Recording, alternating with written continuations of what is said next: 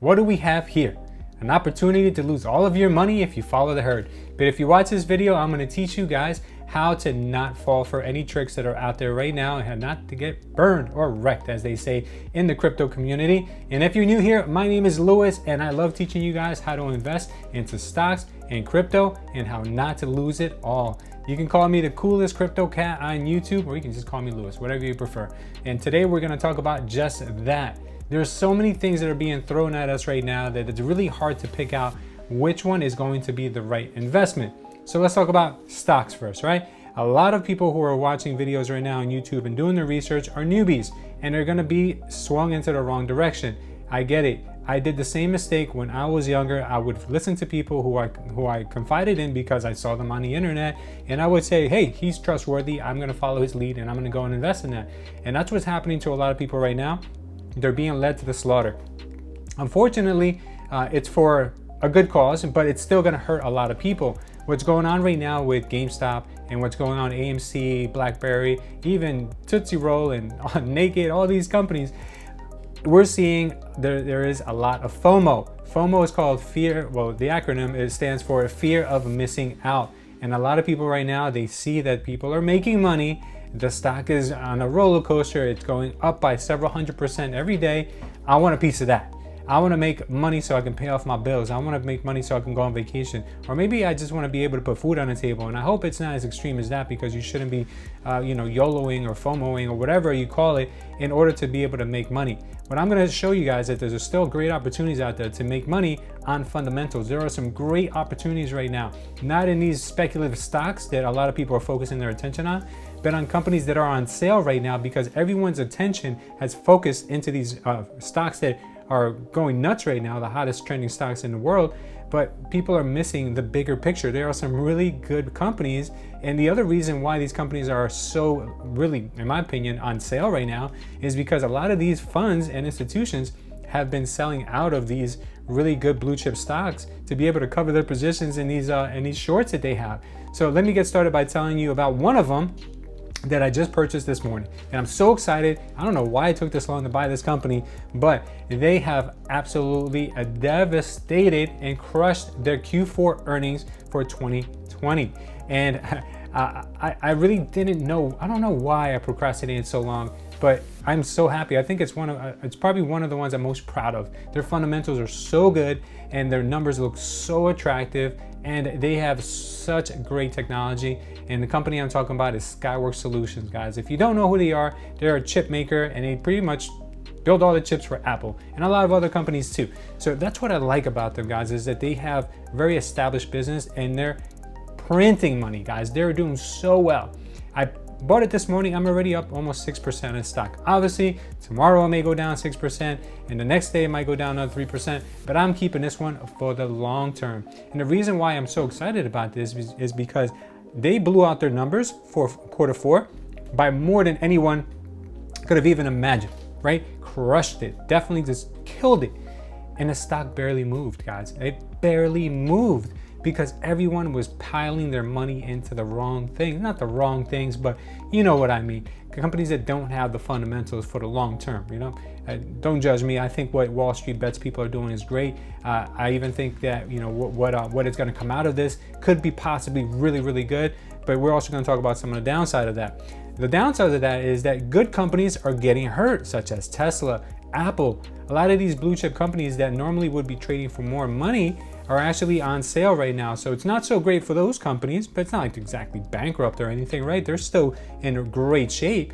But now that gives us opportunities to go in there and buy Tesla on sale, if you can consider Tesla at 800 on sale, but it might still keep going lower. You also can pick up Apple. Apple should be trading at about $150 to $175 right now, guys, because they blew out their Q4 earnings as well. They're in a super cycle for their iPhone 12s. They just released new chips for their iMacs. Like, they're gonna be killing it this year, and the stock is moving backwards. Guys, it's down. The market's up, but Apple is down. So great opportunity to look at things like that. But people are piling their money into GameStop, into AMC, and unfortunately, it looks to me like GameStop, as I check right now, is losing a little momentum. I think it opened up today around $300 and it's trading around $247, $240 now. Wow. So it's continually having a lot of volatility, and volatility is not necessarily bad, because remember, it's kind of like this push and shove back and forth between supply and demand.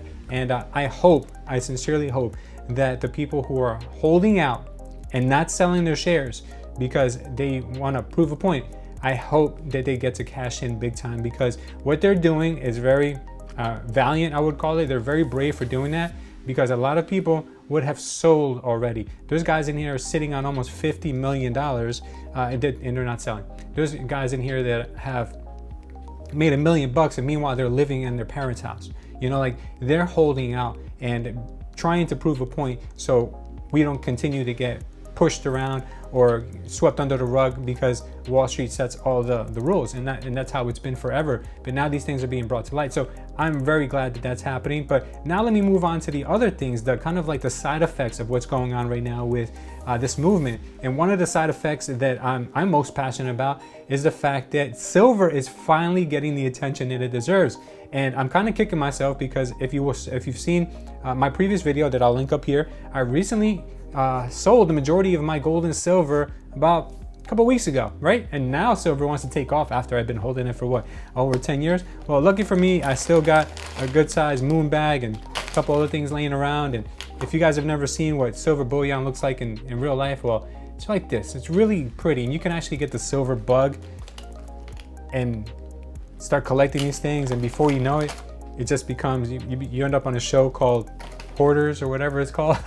So I definitely am glad I did sell out of my silver, because I ended up buying cryptocurrency and Bitcoin, and we'll get into that in just a second. But the reason why I'm pumped that silver is finally getting the attention is because it's still very early. Silver has been repressed or depressed or manipulated for a long time, guys. Ever since I got into the silver market, I've been hearing about silver getting manipulated. As a matter of fact, JP Morgan recently had to pay almost $1 billion fine because they were manipulating the price of silver. They would put in double orders and cancel one, and obviously the one that benefited them the most would drive the price down, because obviously they were taking advantage of that. So remember, guys, when you're buying something, it doesn't matter if it's GameStop or silver or crypto, we'll get into that later. Just believe in what you're investing in, because you may be holding that for the long run, because sooner or later the manipulation has to end, or sooner or later the shorts are going to get squeezed out like they're getting squeezed out right now, and sooner or later your asset will see its day in the sun, right? So people are now piling into this stuff. You know, the spot price right now I think is somewhere around $28, somewhere around there. It's trading around $28, bouncing between 29 and 28. And what that means is that's what more or less the ounce of silver is trading for. But you go out and try to buy one of these right now. These are the American Eagles. You know, they're really, this is one that has a little color on it, stylized. You're paying almost $50 for these right now, right? And it's because there's a huge premium, because the demand is there. Yeah, I think a lot of places are already selling out of their physical silver. So I'm gonna talk to you about a quick alternatives to that. You don't have to buy the physical stuff, because believe it or not, it's nice to have like this little kind of like emergency bag. It's good to have that, and you can probably pick that up at your local dealer, you know, if you don't get taken to the cleaners there. But it's also good to think about how can you scale your acquisition and your purchase. You know, you guys don't want to know what 5 or 10 grand of silver looks like or feels like. It's a lot, guys. It's a lot of stuff to store.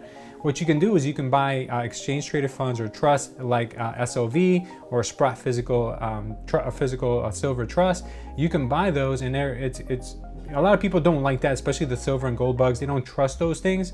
But you know, how can you really trust anything? You know, nowadays you can someone could break into your house and you can steal your physical stuff. So it's kind of tough to say which is the right or wrong way. And the other way of doing it, and is one of the things that the Wall Street bets people are saying, is that they want to pile into the mining companies, because the mining companies have been shorted for a long time as well. So some of the mining companies that you guys might be familiar with are Silver Wheaton, Hecla Mining. I even did some research and found one out of Mexico that I think is very promising. Let me see if I can find it right here.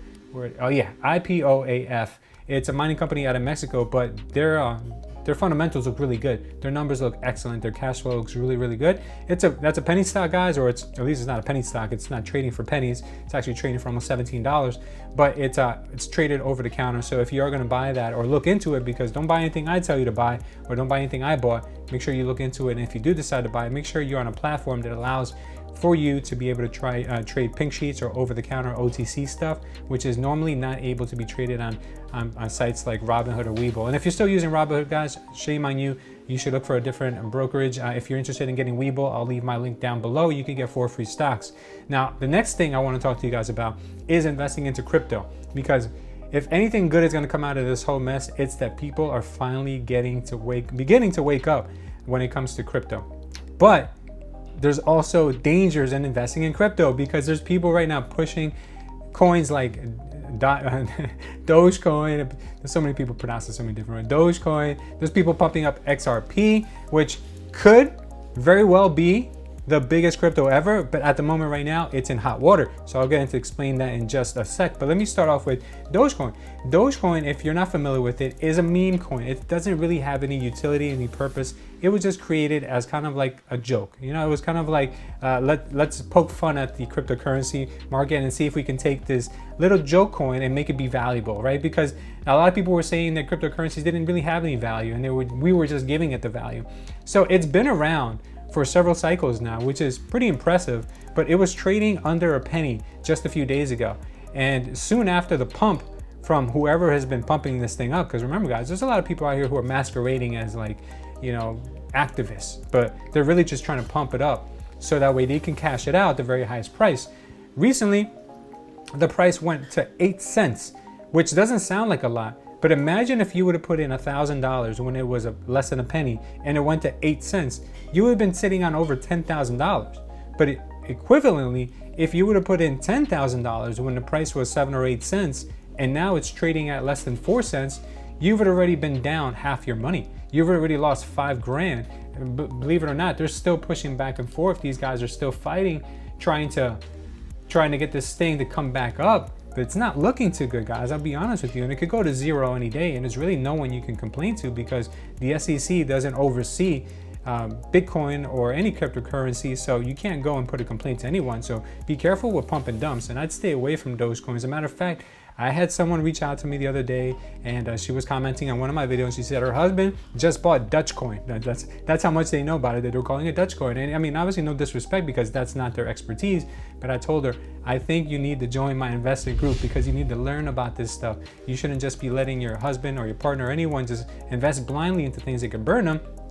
And no disrespect to you guys too, if you're investing in Dogecoin, if you're an experienced trader and you know when to get in and out, more power to you. Make some money, get that money, take it, and then reinvest it into Bitcoin or something that's a little more stable. So that's exactly what I'm going to tell you right now, is that if you do have a plan like that, make sure that when you take wild risks like this, that you leverage yourself, or you at least equal yourself out a little bit with a good crypto, or a good, I guess you would say, alternative, right? You can be a little risky with no more than 10% of your money, and then take a good chunk of your money and put it into things like Bitcoin, Ethereum, or even some blue chip stocks, right?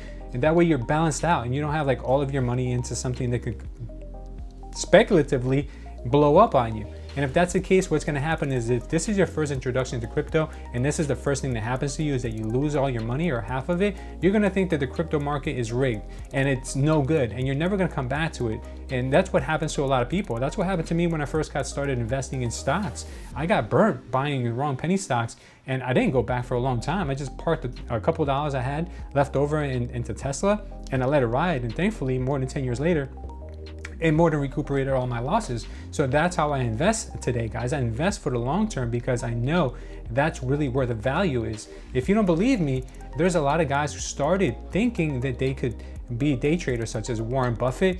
You got Ron Cohn. You got a lot of these guys who are big time billionaire investors, guys, who have completely changed their strategy, because they see it as more value in long-term holds. You just got to be able to find those companies that are going to be your Teslas, you know, your Amazons, your Apples, and they're out there, guys. But a lot of times we're too busy trying to get that quick overnight cash, and then we end up losing it instead of having it just parked and just monitoring, you know, slow increments is not sexy. I get it, but believe it or not, guys, over time that compounds, and it turns out to be thousands of percents an increase, kind of like Tesla did. Tesla was completely flat for a lot of years. Nobody cared about Tesla, but look at it now, right? People were wishing they could have got in at 38 bucks, 50 bucks, whatever the price is, adjusted for the splits.